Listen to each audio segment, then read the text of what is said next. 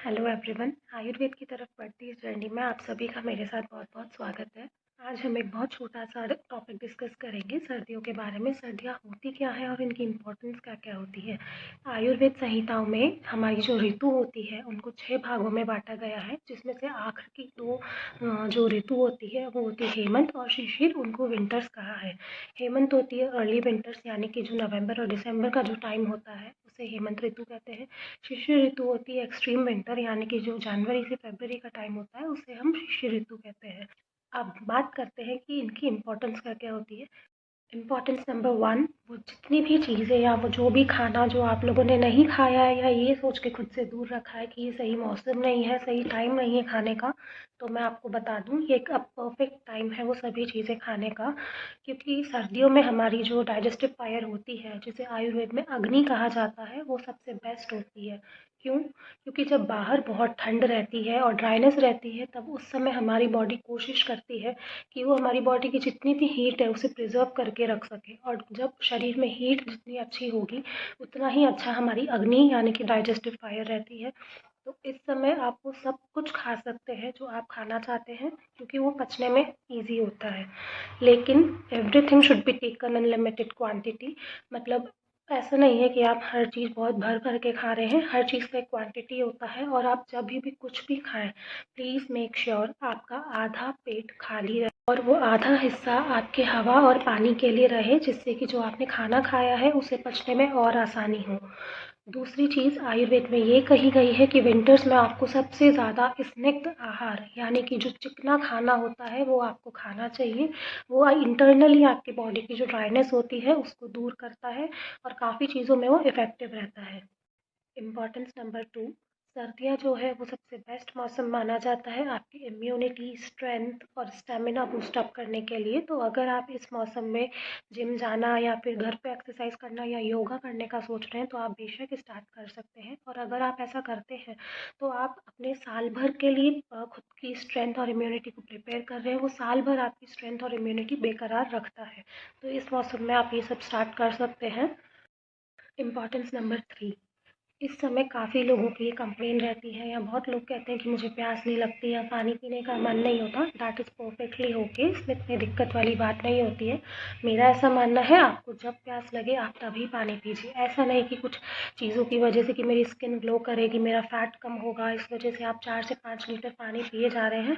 ये सब गलत है, ऐसा कुछ नहीं होता। होता भी है तो बहुत टाइम लगता है इन सब में, तो इन सब मिथ में मत पड़िए।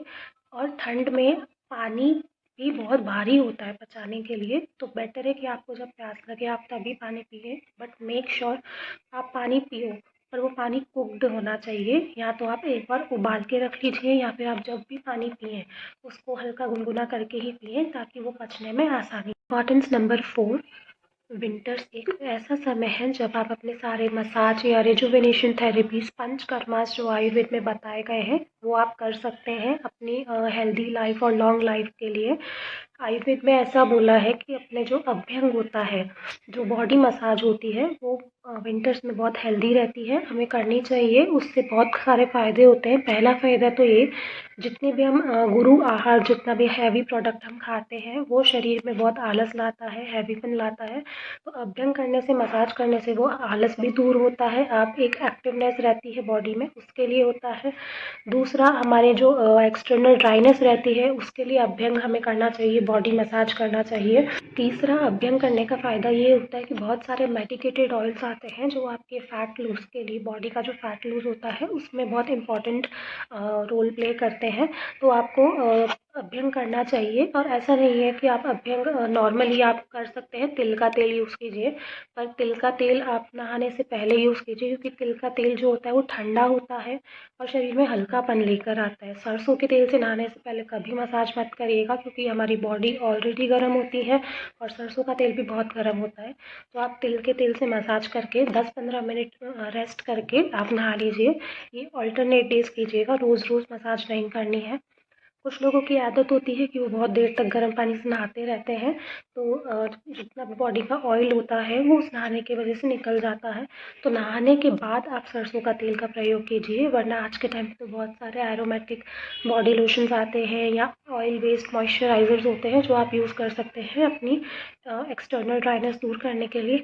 अब इंटरनली ड्राइनेस दूर करने के लिए आप सबसे ज़्यादा खाना बनाइए मूंगफली के तेल में, और जो भी आप खाने के साथ सब्जी खा रहे हैं उसके में 1 से 2 चम्मच घी मिक्स करके खाइए। यह आपके इंटरनली ड्राइनेस को दूर करता है।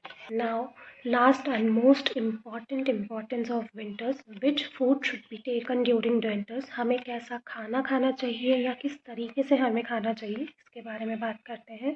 अगर हम फ्रूट्स की बात करें तो फ्रूट्स हमें दिन में खाने चाहिए अराउंड 11 बजे से 5 बजे के बीच में, क्योंकि इस समय बहुत लेस क्वांटिटी में अग्नि का यूज़ होता है फ्रूट्स को पचाने के लिए as compared to night and early morning. बात आती है ग्रीन या लीफी वेजिटेबल्स की, तो हमें इन्हें स्टीम करके या बहुत ज़्यादा पकाकर खाना चाहिए। और इस समय सरसों का साग, उड़द दाल, मक्का, बाजरा, मशरूम, कटहल, ये सभी चीज़ें हमें खानी चाहिए। और रूट की जो वेजिटेबल्स होती है ये एक बहुत बेस्ट मानी गई है सर्दियों में खाने के लिए। और जितनी भी नरिशिंग ग्रेन्स होती हैं, दालें होती हैं, वो हमें खानी चाहिए, क्योंकि इस टाइम पे हमको बहुत ज़्यादा बॉडी को नरिशमेंट की ज़रूरत होती है और मसल बिल्डिंग की ज़रूरत होती है। अगर आप ये सभी चीज़ें फॉलो करते हैं जो मैंने मेंशन करी हैं, then you will definitely having a very good winter, और आप अपनी बॉडी को पूरी तरीके से प्रिपेयर कर रहे हैं पूरे साल भर के लिए। Thank you so much.